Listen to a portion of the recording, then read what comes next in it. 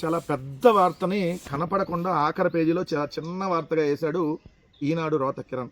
ఏంటి ఆ వార్త అంటే, సెకీ నుంచి 300 మెగావాట్ల విద్యుత్ కొనుగోలుకు అనుమతి. కనెక్టివిటీ అందుబాటులోకి వచ్చిన తర్వాత 2021 డిసెంబర్లో కుదిరిన ఒప్పందం ప్రకారం సెకీ అంటే solar energy corporation of India నుంచి 300 మెగావాట్ల విద్యుత్ కొనుగోలు చేసేందుకు ప్రభుత్వం విద్యుత్ సంస్థలకు అనుమతి ఇచ్చింది. సో అంతరరాష్ట్ర అంటే ఎలాంటి ఇంటర్ స్టేట్ ట్రాన్స్మిషన్ ఛార్జీలు నష్టాలు లేకుండా సరఫరా జరగాలని స్పష్టం చేసింది. ప్రస్తుత ఒప్పందాల ప్రకారమే కొనుగోలని. ఎలాంటి ఇంటర్ స్టేట్ అంటే ఇదేంటి, జగన్మోహన్ రెడ్డి గారు ముఖ్యమంత్రిగా ఉన్నప్పుడు సెకీతో కుదుర్చుకున్నటువంటి ఒప్పందం. అప్పుడు సెకీతో ఒప్పందం కుదుర్చుకొని ₹2.49 7,000 మెగావాట్ల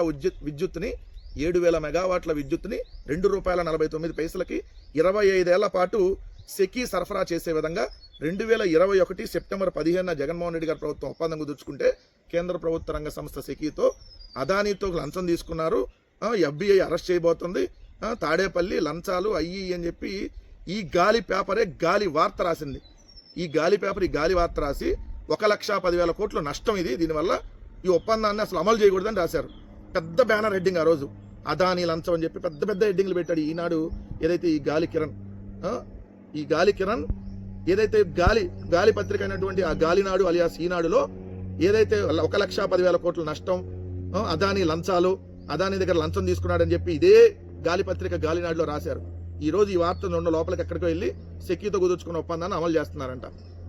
ఆ రోజే చెప్పారు జగన్ గారు, ఇది ₹2.49 అంతర్రాష్ట్ర ఛార్జీలు అన్నీ కలుపుకొని ఎటువంటి ఛార్జీలు లేకుండా ₹2.49 చాలా బెస్ట్, అందే మేము తీసుకున్నాం అని చెప్పి చెబితే ఆ రోజు వీళ్ళు నానా గగ్గోలు పెట్టి ఇంకా ₹1.5 వచ్చింది కదా, ₹1.70 వచ్చింది కదా అని చెప్పి నానా యాగి చేసి చంద్రబాబు నాయుడు గారు ముఖ్యమంత్రి అయిన తర్వాత మే 7, 2025 యాక్సిస్ పవర్తో ఒప్పందం కుదుర్చుకొని ₹4.60 సప్లై చేస్తాంట. ₹4.60 జగన్ గారు ₹2.49 తీసుకొని వస్తే పవర్ని వీళ్ళు ₹4.60. అలానే విజయవాడలో ఉన్నటువంటి ఆంధ్రజ్యోతి రాధాకృష్ణకి సంబంధించినటువంటి యాక్టివ్ విద్యుత్ plant, active power plant 2025 June 7 నుండి 15 ఏళ్ల పాటు ₹2.50 సప్లై చేసేటట్టు. మరి ₹2.49 కంటే ₹2.50 పైసా ఎక్కువ. రెండోది వాళ్ళు ఎక్కడో వేరే స్టేట్ నుంచి ఇక్కడికి తీసుకొని సప్లై చేస్తున్నారు. మరి ఇది మన ఓన్ స్టేట్లో ఉంది కదా, మనకు సంబంధించిన రిసోర్సెస్ అన్నింటినీ వాడుకుంటుంది కదా, మరి అప్పుడు ₹1.5 ఇవ్వాలి కదా. మరి ఆంధ్రజ్యోతి రాధాకృష్ణ 2.5 కట్టిస్తారు.